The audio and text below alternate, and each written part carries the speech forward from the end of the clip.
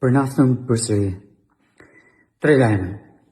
I pari, rritja e çmimit të naftës njohu një frenim prej momentit kur presidenti i Bashkuar të Amerikës Donald Trump tha dje se marina amerikane do të shoqërojë tankerat e naftës në ngushticën e Hormuzit, duke mos ndalur eksportet e vendeve arabike drejt pjesës tjetër të botës.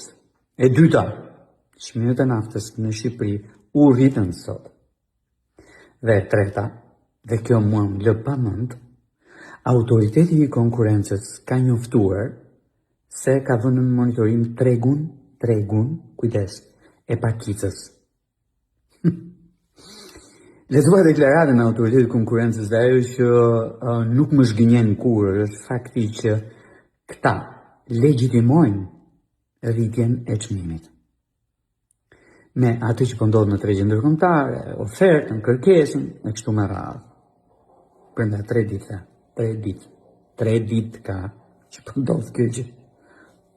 Jashtë Shqipërisë, larg Shqipërisë dhe normalisht brenda 3 ditësh këta duhet ta përcjellin këtë gjë këtu.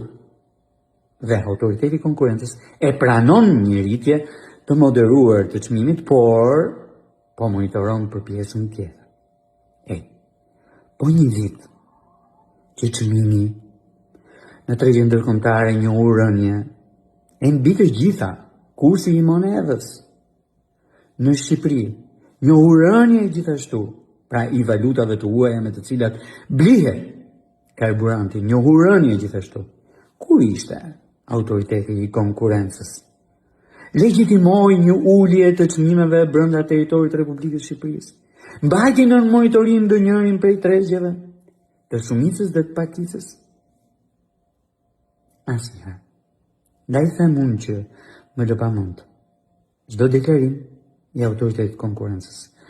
Ajo që mua më shqetëson është modeli i tregut. Problemi ne kemi me modelin e tregut që kemi në këtë vend. Kemi pranuar që na hedhin një syve. Të vinë tankerat të shkarkohen në një datë caktuar në depozitat e kompanive, e pastaj kur dalin nga depozitat e kompanive, dalin me çmimin e bursës. Kuptoni? Pra vjen para një muaji një sasi nafte me një çmim të caktuar të bursës në atë periudhë, futet në depozita dhe ditën që del nga depozita del me çmimin tjetër të bursës.